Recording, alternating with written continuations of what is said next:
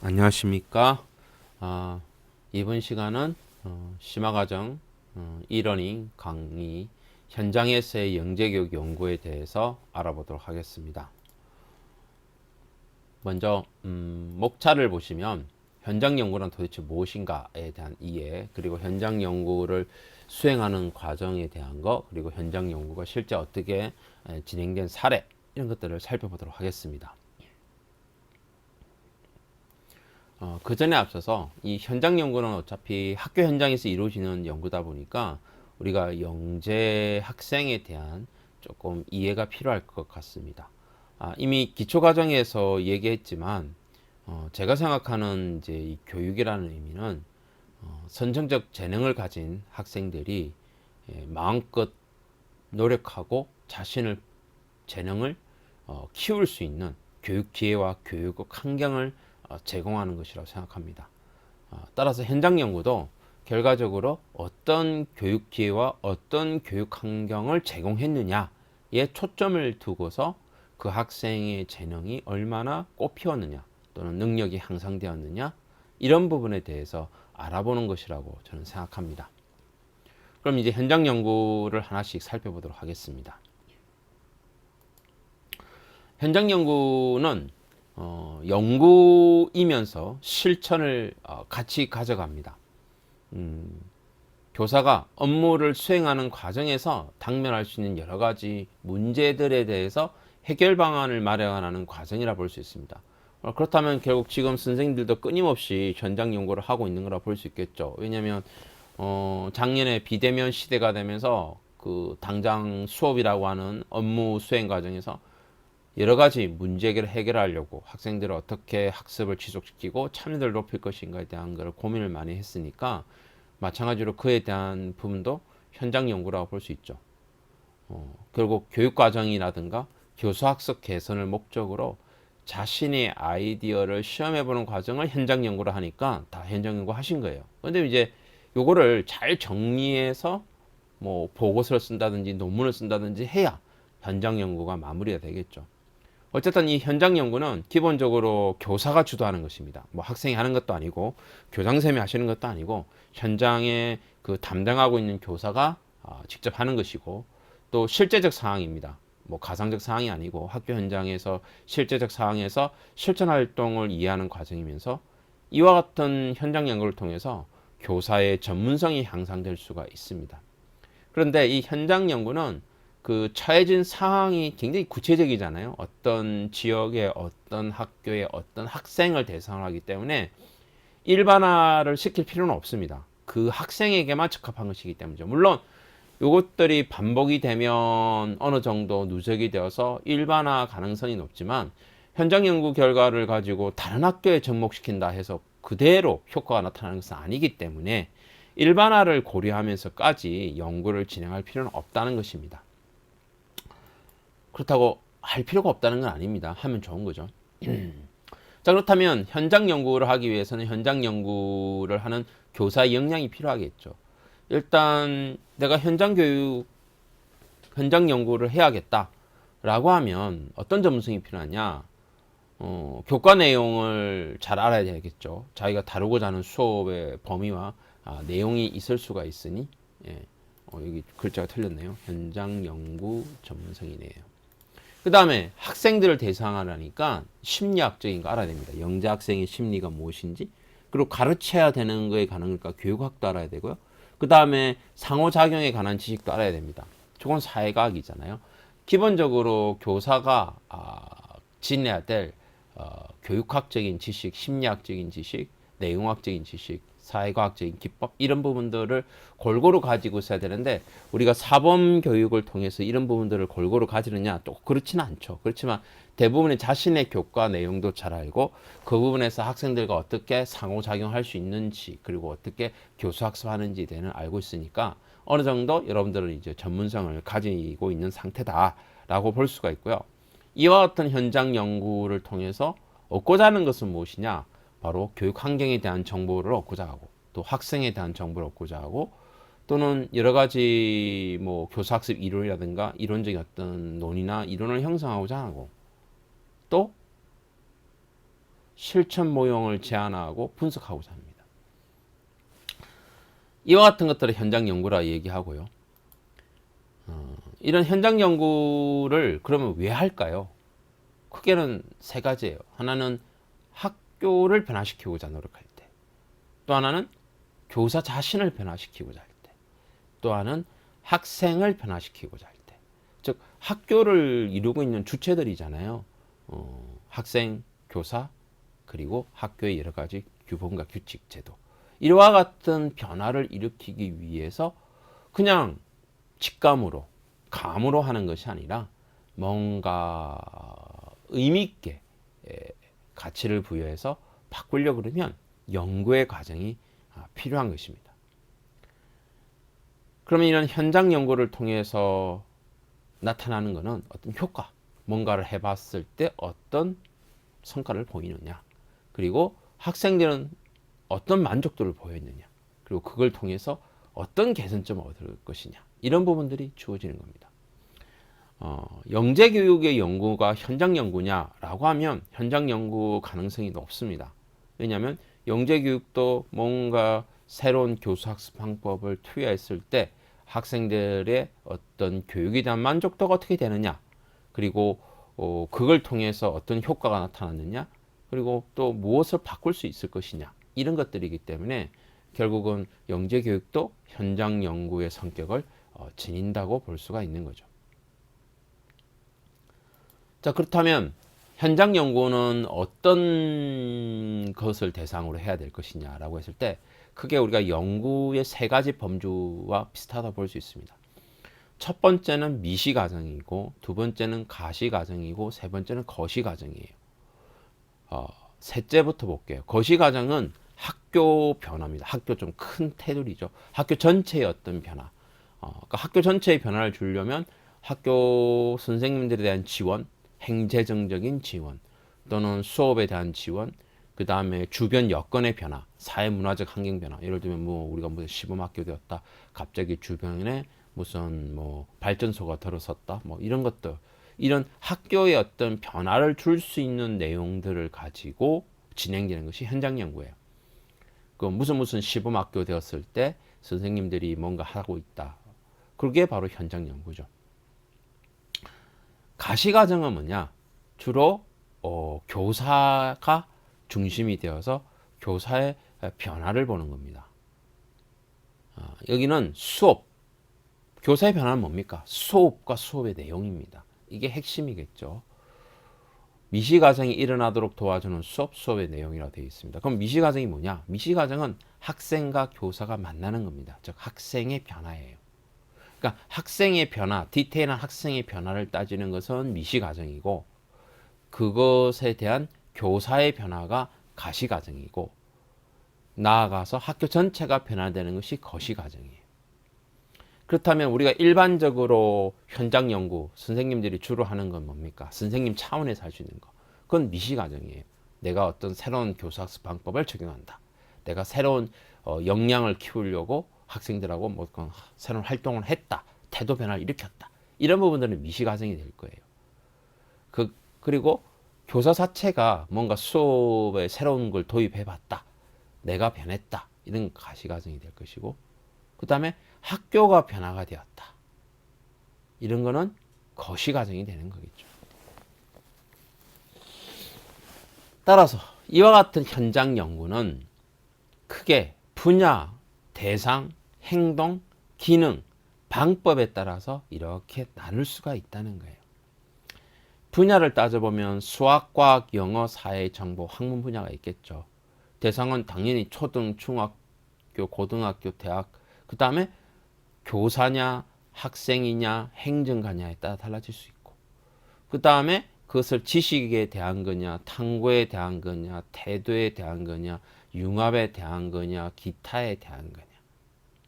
기능적인 측면에서는 교육과정에 대한 거냐, 평가에 대한 거냐, 학습에 관한 거냐, 수업, 자료, 시설, 교사교육, 행재정 등 무엇에 관한 거냐. 방법은 조사 연구냐, 관찰 연구냐, 실험 연구냐, 종합 연구냐, 여기에 따라서 달라질 수 있다는 거예요. 그렇다면 여러분들이 현장 연구를 하겠다라고 한다면은, 특히 영재 교육과 관련해서 뭔가 연구하겠다라고 한다면은 일단 분야를 정해야겠죠. 예를 들면 과학, 초등, 탐구에 대해서 뭘 교육 과정을 가지고 또는 학습을 가지고 관찰 연구하겠다, 실험 연구하겠다, 종합 연구하겠다, 이렇게 이야기하는 거죠. 자, 여기까지는 기본적으로 현장 연구가 무엇인지에 대해서 한번 알아본 것입니다. 현장 연구는 다시 한번 얘기했지만 교사가 업무 수행 과정에서 당면한 문제 해결 방안을 마련하는 것이고, 그리고 교육 과정이나 교사학습 개선 목적으로 자신의 아이디어를 시험해보는 과정이라고 볼 수가 있습니다. 여러분들이 어떤 교과 과목에서 뭔가 새로운 교사학습 방법을 적용하겠다, 영재 학생들을 대상으로. 그렇다면 처음에 도입될 때 해봤다가 아니라 어떤 이런 현장 연구라는 측면에서 접근을 하면 좀 더 나아지고 개선될 수 있지 않을까라는 것이 생각됩니다. 사실 이런 부분들을 혼자 하기 힘드니까 대학원을 진학해서 대학원에서 이런 것들을 배우게 되죠. 물론 이제 저희 대학도 영재교육 전공이 있습니다. 교육대학원에. 제가 지금 현재 영재교육 전공 주임을 하고 있는데, 뭐 한 해 한 두세 분씩 들어오십니다. 뭐 초등쌤도 계시고 뭐 중등쌤도 계시고, 분야는 뭐 다 있습니다. 뭐 모든 분야에 걸쳐서 다 하기 때문에, 물론 이제 수학과학을 저희는 전문적으로 하기 때문에 물론 미술쌤이 와도 과학이나 수학으로 돌리고, 그렇다고 미술쌤이 뭐 수학하고 과학하는 게 아니라 과학과 접목해서 과학에서의 어떤 미술 활동이 미치는 영향, 뭐 이런 식으로 현장 연구를 좀 더 영재 교육에 적합하도록 진행시키려고 하고 있습니다. 사실 영재 교육의 시작이 수학과학부터 시작되었기 때문에 그 외 교과목, 지금 여기 이제 다양한 교과목이 계시는데 그 외 교과목이랑 융합하는 이런 부분들도 굉장히 빛을 보고 있기 때문에 그런 관점에서 접근을 해야 되지 않을까 이런 생각해 봅니다. 자, 그러면 이제 현장 연구를 좀 더 깊게 가보도록 하겠습니다. 하나씩 살펴보도록 하겠습니다. 현장 연구는 무엇보다 주제가 중요합니다. 여러분들이 현장 연구, 이게 이제 보통 우리가 무슨 현장 교육 연구대회 뭐 이런 게 있듯이 이런 거 할 때 제일 먼저 해야 될 게 뭡니까? 대상을 설정해야 됩니다. 아까 이제 미시, 가시, 거시가 있었잖아요. 그럼 현장 연구의 대상은 학생이냐, 교사냐, 학교냐를 정해야겠죠. 그 다음에 영역을 설정해야 됩니다. 정규 교육과정상에서 할 것이냐, 비교과 교육과정에서 할 것이냐, 또는 지원 체계에서 할 것이냐. 그 다음에 주제 설정도 필요합니다. 그렇다면 이 주제 영역, 주제를 설정하는 방법은 어떤 영역을 가지고 대상을 변화시키느냐, 또는 영역을 개선해서 대상을 향상시키느냐, 비슷해요. 그러니까 정규 교육과정을 이용해서 교사를 변화시킬 것이냐, 정규 교육과정을 이용해서 학생을 변화시킬 것이냐, 비교과 교육과정을 이용해서 학생을 변화시킬 것이냐, 이렇게 주어져야 됩니다. 명확해야 됩니다. 이걸 우리가 뭐라 하냐면 타겟과 컨텐츠란 말을 씁니다. 그러니까 대상이 명확하면 그게 따르는 영역, 컨텐츠도 명확하게 되는 거죠. 사실 저도 이제 각종, 저는 이제 과학을 하는 사람이니까 과학 관련된 여러 가지 교사 연구대회가 있습니다. 거기 가서 보면요, 제목이 굉장히 거창한데요, 제목을 거창하게 할 필요는 없어요. 명확한 거는 타겟이 무엇이고 컨텐츠가 무엇인가가 명확해지면 됩니다. 그래서 현장 연구 주제 설정에서 가장 중요한 건 타겟과 컨텐츠를 명확하게 하는 것이다 라는 것을 꼭 기억해 두시기 바랍니다. 자, 그러면 주제를 정할 때 정규 교육 과정에서 따지면 과목이 나올 수 있고, 연구활동, 그 다음에 교사학습 방법 개선, 평가. 우리가 보통 이제 교육 활동에서 가장 중요한 게 교사학습 그리고 평가잖아요. 그러니까 이 두 가지를 가지고 주제를 이제 영역을 정해 나갈 수가 있겠죠. 그 다음에 비교과 교육 과정에서는 그럼 뭐냐, 주로 동아리 활동, 창체, 진로 활동, 뭐 자동 봉진 있지 않습니까? 자율 활동, 봉사 활동, 진로 활동, 자동 봉진, 봉사 활동, 동아리 활동, 이런 것들이죠. 그러니까 이와 같은 내용들, 그렇죠? 이런 것들이 있으면 충분히 주제 영역이 될 수 있죠.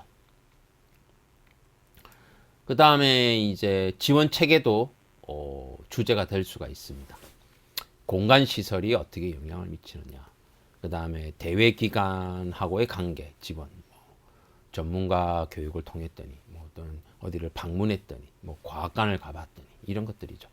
그 다음에 학습 지원 체계, 학습 센터, 뭐 리소스 센터, 뭐 논문 검색할 수 있는 기능을 줬더니 어떻게 되더라. 그 다음에 이제 교사 전문성을 지원했더니 어떻게 되더라. 그 다음에 뭐 고등학교급으로 올라가면 연구와 관련된 것을 지원했더니 어떻더라. 사실은 현장 연구와 관련해서는 이 많은 것들이 이미 제시가 되어 있습니다. 여러분들은 현장 연구 지금 한번 생각해 볼까요? 그러니까 여러분들이 현장 연구를 하려고 그러면 일단 정규냐 비정규냐, 정규냐 비교과냐를 택해야 되고요. 이 택한 부분들을 가지고 주제 영역을 잡아 나가야 됩니다. 물론 정규 비교과뿐만 아니라 외적인 영역, 지원 체계에 대해서도 이야기할 수가 있겠죠. 자, 그 다음에 방법은 어떻게 주어지느냐? 이게 굉장히 어렵죠. 왜냐하면 연구를 경험을 많이 해본 사람은 이런 현장 연구의 방법에 익숙할 수 있겠지만 기본적으로 다뤄지는 것은 주로 이제 제일 먼저 하는 것이 조사 연구, 두 번째가 실험 연구, 세 번째가 사례 연구, 네 번째가 종합 연구 이렇게 네 가지가 있습니다. 먼저 조사 연구부터 보면 조사가 제일 편하죠. 왜? 이미 있는 것들을 찾아보거나 또는 설문지 만들어 가지고 대답을 이제 듣고 뭐 오점 촉도를 매기던 뭐 매긴 다음에 그거를 분석하는 거죠. 우리가 언론에서도 뭐 선호도 조사한다든가 뭐 설문조사할 때 다 이거 쓰죠. 조사 연구죠. 그러면 이들 관계 뭘 알아낼 거 아니에요? 그럼 이거는 뭐냐? 원인과 결과는 사실 아니에요. 상관이 있냐 없냐? 상관관계 연구라 그러죠. 그러니까 뭐가 만족하느냐? 어떤 수업 활동이 있는데 보통 우리가 독립변인, 종속변인을 두 개를 두죠. 독립변인은 수업 활동 같은 것들이 되죠. 뭔가 이 뭐라죠? X에 해당하는 거죠. X, Y가 있으면 X에 해당하는 거. 뭔가 계속 변화를 주는 거죠. Y는 결과죠. 결과. 즉 만족도가 어떻냐, 성과가 어떻냐. 수업을 이렇게 바꿨더니 만족도가 어떻더라. 이런 부분들인데 요거를 수업을 어떻게 했더니 만족도가 어떻더라. 뭐 어떤 수업 성취도 높아지다. 이런 거를 조사 연구로 할 수도 있고 그 다음에 실험 연구로도 할 수가 있어요. 근데 여기서 틀리지 말아야 될 것은 대부분 이제 뭔가 하고 난 뒤에 뭐 어땠느냐, 네 생각이 어땠느냐 이런 거는 거의 다 설문을 하는 거잖아요. 뭔가 측정을 한 게 아니잖아요. 그러니까 너 생각이 어땠느냐 이렇게 물어보는 거는 거의 다 설문을 통해서 상관관계를 알아보는 거예요. 아무리 독립변인, 종속변인을 정해도 만족도가 높아졌냐 안 높아졌냐 만족도를 측정하는 방법이 본인의 이것밖에 없잖아요. 본인의 감정. 그러니까 이거를 우리가 인과관계를 알아본다고 할 수는 없어요. 그냥 상관이 있다라고 하는 거죠. 그래서 경향성을 정리하는 것이다 라고 볼 수 있고 이런 것도 역시 통계 처리를 통해서 알아낼 수가 있죠. 어쨌든 여러분들이 현장 연구를 해요. 뭔가 수업을 적용을 했어요. 새로운 거 또는 새로운 소재를 주고 수업을 진행했더니 애들이 수업에 대해서 어떻더라, 뭐 좋아졌다, 수업이 재밌다, 뭐 즐거웠다 이런 것들은 거의 다 조사 연구예요. 그리고 그런 설문지를 돌렸을 때 설문지의 점수를 가지고 매겼을 때는 그 수업이 반드시 그렇게 한다가 아니라 그럴 가능성이 높다라고 이야기하는 것이 바로 조사 연구이고 상관 연구로서 자리 잡고 있다라는 거죠. 그 다음에 이제 두 번째가 이제 인과관계를 알아보는 건데 이건 반드시 그렇게 된다는 거예요. 이것도 이제 X, Y가 있죠. 당연히 독립변인, 종속변인인데 어떤 수업을 했더니 성적이 높아지더라. 성적이 높아지는 거는 질문을 통해서 알아보는 게 아니에요. 뭔가 측정을 하는 거잖아요. 태도가 좋아졌다더라. 뭔가 역량이 뛰어났다더라. 그러니까 교수법이라든가 가제연구라든가 체험활동이라든가 독서 읽기라든가 이런 부분들이 어떻게 영향을 미쳤는가 결과적으로 이게 인과관계 연구예요. 똑같은 건데 독서 교육을 했어요. 그것을 통해서 학생이 책을 좋아졌다 라고 하는 것을 좋아지는 것을 어떻게 정확하게 정량적으로 측정 가능한가요? 불가능하잖아요. 그러니까 그런 것들은 실험 연구가 되기 쉽지 않아요. 물론 실험 연구를 하는 방법이 있어요. 이거는 통제 집단하고 실험 집단을 두 개를 두고서 통제 집단은 그냥 아무것도 안 한 집단, 실험 집단은 얘를 처치한, 그러니까 새로운 방법을 처치한 집단, 이 두 개를 비교해 가지고 사전과 사후의 변화량을 측정해 보면 높아졌다. 그럼 투여된 것이 높아지게 만든다는 거니까 인과관계가 있다. 이렇게 하는 게 대부분이에요. 그냥 어떤 한 집단에 대해서 뭔가를 실시해 봤더니 뭐 좋아졌다더라. 이거는 실험 연구, 인과관계를 알아본 것이 아니라 조사 연구라 볼 수 있죠. 보통 우리가 현장 연구를 하면서 선생님들이 가장 많이 틀리게 하는 실수가 이런 거예요. 우리가 무슨 시범학교가 되었어요. 시범학교가 되어서 이런 활동은 반드시 이 학생들이 이런 역량을 키워줘. 전략 정신을 길러줘. 라고 뭔가 시범활동을 하려고 할 때 에너지를 절약했어. 라고 할 때 모든 학생이 다 해요. 그런 다음에 좋아졌네를 알아보려고 학생들 설문지를 합니다. 너희가 평소 생활 속에서 에너지를 절약하고 있느냐? 예, 많이 절약하고 있습니다. 이거는 인과관계가 아니에요. 상관관계예요. 조사 연구에 불과하다는 거죠. 인과관계를 알아내려면 반드시 대조군이 있어야 돼요. 그렇죠. 우리가 약물 투여할 때 임상, 일상, 뭐 지금 우리 코로나 시대가 되면서 뭐 알잖아요. 여러 가지 백신도 나오고 뭐 치료제도 나오고 있는데 뭐 임상 3상에 들어갔다 어쨌다 이런 것들이 다 실험 연구를 통해서 효과성을 정확하게 그것 때문에 좋아졌다, 그것 때문에 나빠졌다 알아봐야 되는 거잖아요. 결국은 통계 집단과 실험 집단이 반드시 있어야 되고 이와 같은 통계 집단과 실험 집단에서 실험 집단에 처치된 것이 통계 집단보다 헐등이 좋아져야 된다. 이걸 어떻게 알아내겠어요? 이건 통계 검증밖에 할 수가 없어요. 뭐 공변량 분석이라든가 이런 통계 기법을 통해서 알아내는 거죠. 사실 이 조사 연구에서 뭐 5점 만점으로 난 아주 그렇다, 보통이다, 매우 그렇지 않다 이거 5점 척도로 나타내잖아요. 이건 그냥 기술 통계예요. 더하기 빼기 한 거잖아요.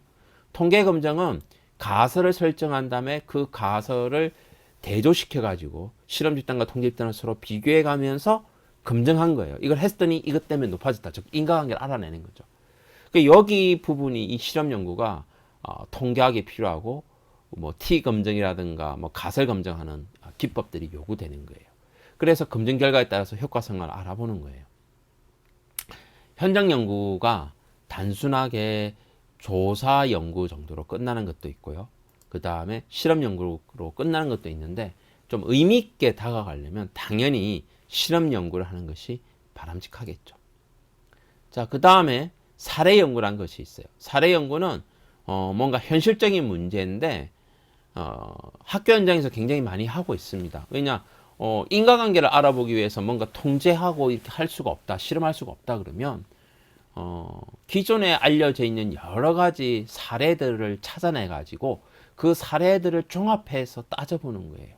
뭐 학생의 폭력성이 높아지는 거 이러면 이제 굉장히 학교에서 학폭이 열렸던 자료도 뭐 전국적인 단위 아니면 그 지역 내에 어떤 징계받았던 자료들 쫙 수합을 해가지고 그 속에서 뭔가를 찾아내는 것들이죠. 그 진단 처치, 경과의 관찰 검토, 개선 방안 도출 이런 것들이 사례, 그러니까 여러 가지 사례들을 모아서 그 속에서 시사점과 개선 방안을 도출하는 것 이런 것들이 사례 연구가 될 수 있는데 이것도 현장 연구에서 많이 사용될 수가 있다는 것입니다. 그 다음에 종합 연구. 종합 연구는 우리가 보통 평가 연구, 역사 연구, 메타 분석이라는 것이 있는데 이것들은 뭐냐? 기존에 나와 있는 정말 수많은 자료들을 가지고 진행하는 거예요. 그러니까 교육 프로그램, 프로젝트, 자료, 기법의 장점과 가치를 판단하는 과정이 되어 있잖아요. 그러니까 예를 들면 우리 학교에서 뭐 새롭게 어떤 뭐 중간 기말 말고 중중중간 고사 뭐 이런 시험 제도를 도입했다.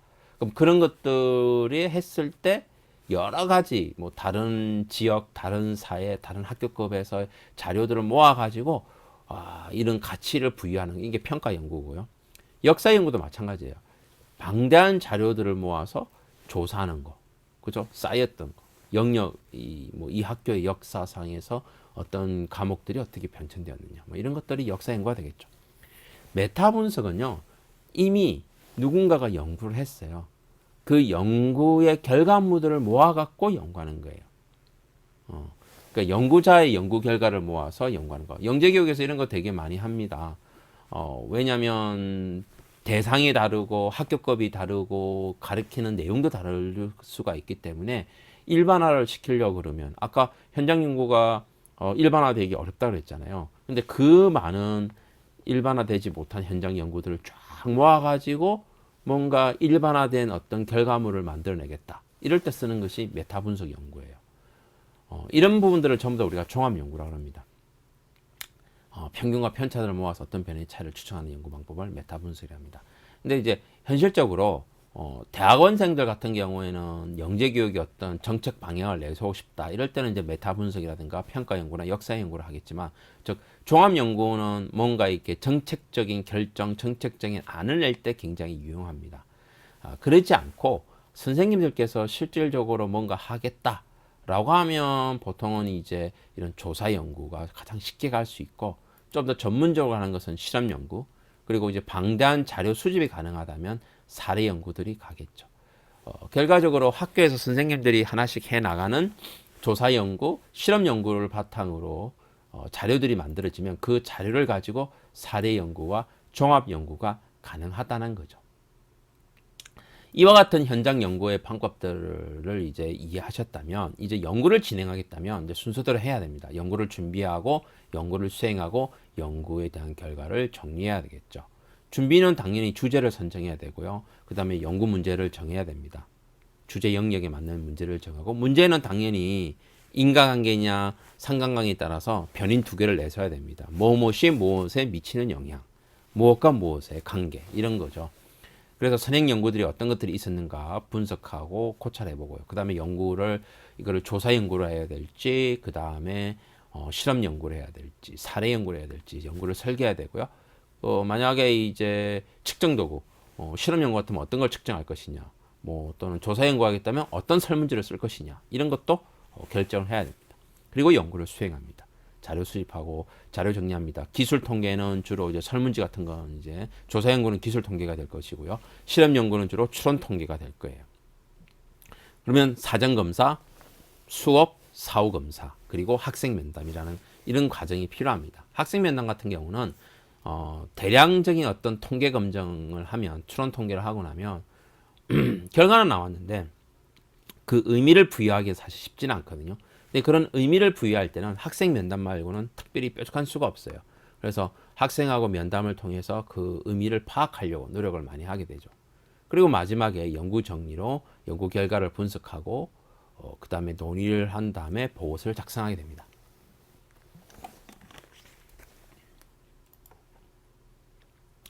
자, 이와 같은 연구 수행 과정을 알면 제일 먼저 연구를 하기 전에는 계획서를 써야 됩니다. 계획서는 당연히 제목 쓰고 연구자 쓰고 연구의 필요성, 연구 목적이 나와야겠죠. 그 다음에 이런 연구를 진행할 때 이론적 배경, 연구 동향, 즉 우리가 어떤 연구를 진행하고자 할 때 내가 어떤 이론을 가지고 이 연구를 시작하는가도 밝혀야 된다는 거죠.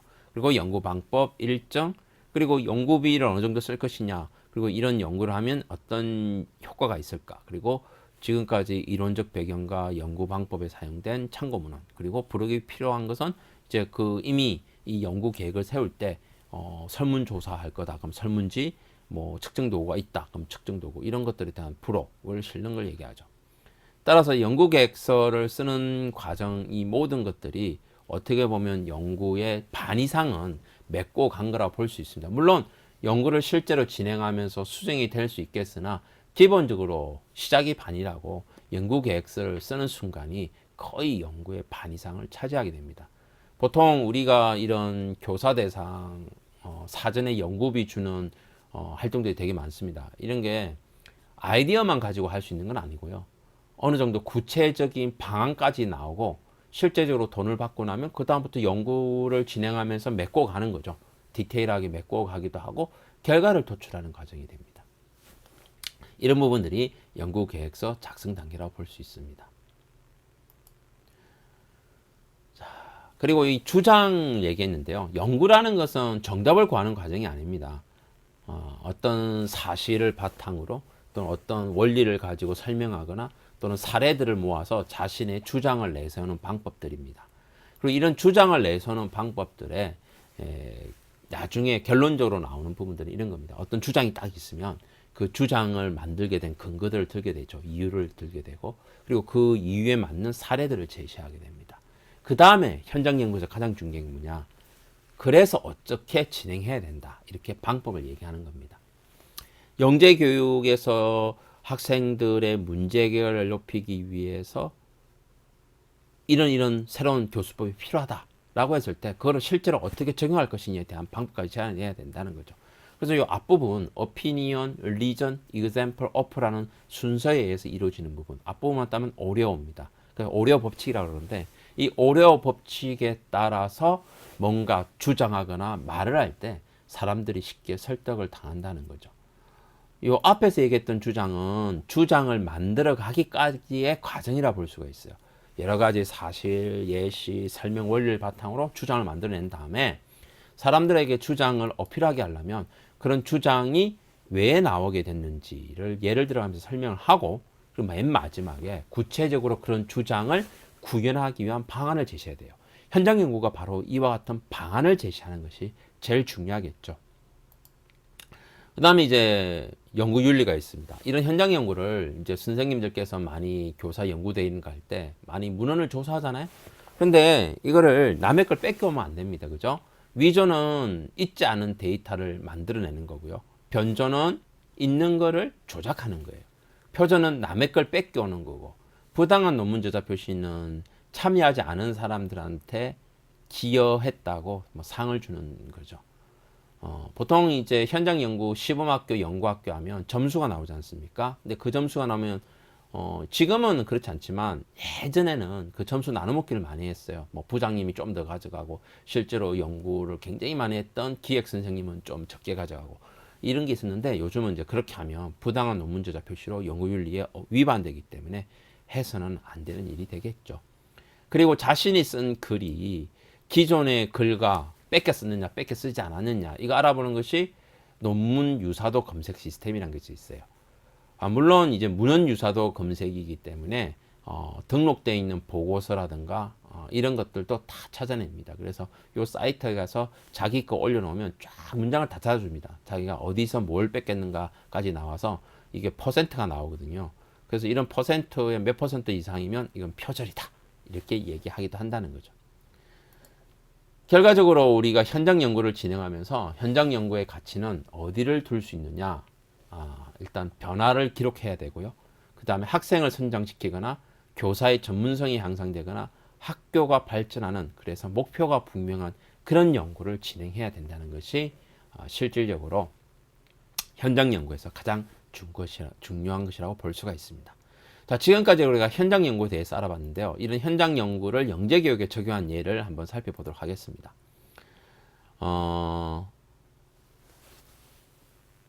이 영재교육에서 현장 연구는요, 이렇게 분류해 볼 수가 있습니다. 대상이 있고요. 그죠? 유아부터 시작해서 뭐 대학생들까지, 문헌까지. 또 영재 분류도 할 수 있어요. 수학, 과학, 언어, 예술, 체육, 미성치, 소외, 연구 주제도 있었어요. 전망, 뭐 동향, 제도, 영재성, 영재 특성, 교육 과정, 평가, 선발, 창의성, 문제 해결력, 부모, 가족, 교사, 외국 사례. 방법은 아까 얘기했던 실험 연구, 조사 연구. 조사 연구도 보면 특성을 조사하냐, 실태를 조사하느냐, 인식을 조사하느냐. 그 다음에 뭐 질적 연구, 관계, 문헌 고찰, 뭐 이런 것들은 이제 사례 연구들이 됩니다. 이런 연구들을 할 수가 있다는 겁니다. 자, 그러면 미시 과정에서의 새로운 교사학습 방법 연구를 한번 살펴볼까요? 이거는 이제 제가 제 영재교육 전공 대학원생 간 건데, 이미지 카드 활용 교사학습 방법이 초등학생의 의사소통 능력에 미치는 영향, 즉 타겟이 명확해야 됩니다. 고등학생, 초등학생, 컨텐츠는 이미지 카드 활용. 그러니까 어떤 영역, 교수학습에 관한 영역의 대상은 초등학생, 의사소통 능력. 자, 이게 이제 명확하죠. 아까 우리가 연구 주제를 정할 때 문제 설정할 때 이렇게 한다고 그랬잖아요. 영역을 이용한 대상의 변화, 영역의 개선으로 대상의 향상이라고 얘기했잖아요. 그러니까 영역은 이거죠. 이미지 카드 활용으로 하는 의사소통 능력 향상. 그 대상은 이거죠. 그러니까 뭘 가지고 목적이 나왔죠. 의사소통 능력이 되는 거죠. 그래서 이 내용은 뭐 좀 정지해서 하면 읽어보시면 되고요. 시간이 없으니까 쭉 읽어보시는 걸로 하고요. 이미지 카드 활용이라는 새로운 교수법을 만들어냈는데 이걸 통해서 학생들이 의사소통 능력이 길러지느냐는 거예요. 수업하는 방식은 뭐 지금 이 논문들이 있으니까 검색해서 보시면 되고요. 다양한 이와 같은 수업을 진행했다. 쉽게 얘기하면 학생들하고 할 때 명화 카드를, 이미지 카드라는 것은 명화 카드를 주고 그 명화를 먼저 본 다음에 명화 속에서 과학의 관점에서 보게 하는 거예요. 근데 학생들끼리 이걸 가지고 서로 설명하고 얘기하다 보면 훨씬 좋아진다는 거예요. 그래서 처음에는 이렇게 답을 했던 애들이 이렇게 좀 더 과학적인 내용을 많이 담더라. 그래서 학생들의 의사소통 능력을 사전과 사후로 검사해 봤더니 경청하는 능력, 그 다음에 정보 수집하는 능력, 자기 드러내기 능력, 주도적 의사소통 능력, 타인 관점을 이해하는 능력, 전반적으로 의사소통이 높아졌다 하더라. 이제 이런 것들이 현장 연구고, 요거는 이제 저희 대학원생들이다 보니까 학교 내에서 현장 연구를 이제 논문으로 쓰게 했던 부분이죠. 두 번째는 이제 스토리텔링, 이건 이제 중학생들을 대상으로 한 건데, 스토리텔링을 통해서 그 과학적 태도와 개념이 얼마나 변화되는지 알아본 연구예요. 이것도 읽어보시면 이해가 되실 거고요. 실제로 이제 스토리텔링이라는 교수법을 만들어냈어요. 그러니까 스토리를 만들고 그거를 발표하는 과정을 통해서 실제로 이제 수업, 이건 이제 블록 타임을 했기 때문에 개념을 스스로 익혀서 이야기를 만들고 그런 이야기를 발표하는 과정을 통해서 또 고쳐가는 과정을 통해서 그래서 학생들이 이와 같이 이야기를 만들어내요. 만류인력 법칙에 그러니까 중력 법칙에 관한 이야기, 뭐 그 다음에 이제 운동량과 충격량에 관한 이야기, 뭐 이런 것들을 하게 된 건데 물론 이야기를 만들고 난 뒤에 학생들에게 이제 이런 질문을 한 거예요. 이제 인식 조사를 한 거죠. 사실은 이제 이런 인식 조사를 통해서 학생들하고 또 태도적인 이런 검사지를 통해서 알아낸 결과 여기 보면 이제 흥미가 높아졌다. 그죠? 직업에 대한 흥미 높아졌다. 개방성, 비판성, 창의성 이런 부분이 좋아졌다. 아무래도 이야기를 창작해내니까 창의성 좋아졌을 것이고 또 상대방의 이야기를 듣고 고치려고 하니까 비판성도 좋아지고 또 과학에 대한 흥미 높아진다는 걸 알 수가 있는 거죠. 이것도 현장 연구의 하나가 될 수가 있고요. 그 다음에 인성교육과 관련되어서 이것도 이제 역시 어떤 프로그램을 가지고 뭐 여기 6대 등록인 정직, 약속, 용석, 책임, 배려, 소유의 인성교육 프로그램을 4주 동안 실행하고 난 뒤에 이야기를 읽고서 진행한 거죠. 예. 그래서 뭐 정직에 관한 이야기, 여기 보면 이제 과학 이야기가 굉장히 많이 나오죠. 이런 이야기를 통해서 학생들하고 읽고 쓰고 글 쓰고 읽고 이해하고 대화 쓰고 이런 활동을 했더니 애들이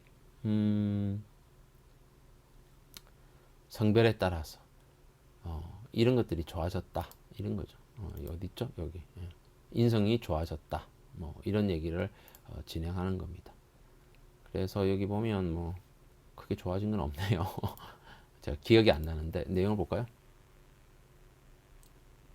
도덕적 판단력을 높이는 데는 효과적이었다. 근데 여학생, 남학생에는 높지 않았다. 뭐 이런 내용이 나오네요. 자, 그 다음에 요거는 이제 이것도 인성교육과 관련된 건데 창의적 인성이라고 인성 중에 이제 창의적 인성이라는 분야가 있습니다. 그래서 이거는 이제 좀 똑똑한 애와 부지나 둘을 한 조로 묶어 가지고 수업을 한 거예요. 이제 신민규 선생님하고 한 건데 이것도 이제 논문에 이제 수록이 된 내용입니다. 그래서 실제로 이제 영재 학생과 부진 학생을 묶어 가지고 이 학생들의 물로켓 대회를 진행하면서 이루어졌던 일이 됩니다. 그래서 지금 같이 뭐 오리엔테이션 아이스 브레이킹 하면서 서로 친해지게 만들고 에어로켓을 만들기도 하고 이제 물로켓 만들어서 발사하는 과정을 했더니 이거는 이제 학생 수가 적었던 어떤 이게 남해 지역이었기 때문에 그래서 학생들 면담을 통해서 정리해 봤더니 결론적으로 부진 학생들도 장점이 있고 또 영재 학생들도 이 부진 학생들에 대해서 생각을 달리하게 됐다. 내가 생각하지 못하는 내가 생각하는 것보다 잘하는 부분이 그 친구에게 있고 그런 것을 나도 배울 수 있으면 좋겠다는 생각을 했다. 이런 얘기가 나오잖아요. 그래서 편견을 좀 버리게 되었고, 그리고 열심히 하면 포기하지 않고 하면 끝까지 해낼 수가 있다. 이렇게 긍정적인 면을 줄 수가 있는 거죠. 결국은 이제 이런 영재교육 연구라는 것도 현장 연구를 바탕으로 현장 속에서 선생님들이 어떤 목적 의식을 가지고 진행이 될 때 굉장히 성과 있고 또 이런 수업 활동을 개발했기 때문에 점점 더 더욱더 발달해 나갈 수 있지 않을까 이런 생각을 해봅니다. 예, 강의는 이제 여기까지 하고요. 이제 본 강의 이제 이게 1원이기 때문에 먼저 사전에 들으실 거고요. 이런 관점을 가지고 이루어지는 수업 내용들을 가지고 어떻게 하면 나의 현장에 적용해서 할 수 있을 것인가 여기에 대해서 다시 한번 고민해 보셨으면 좋겠습니다. 오늘 강의 여기까지입니다. 감사합니다.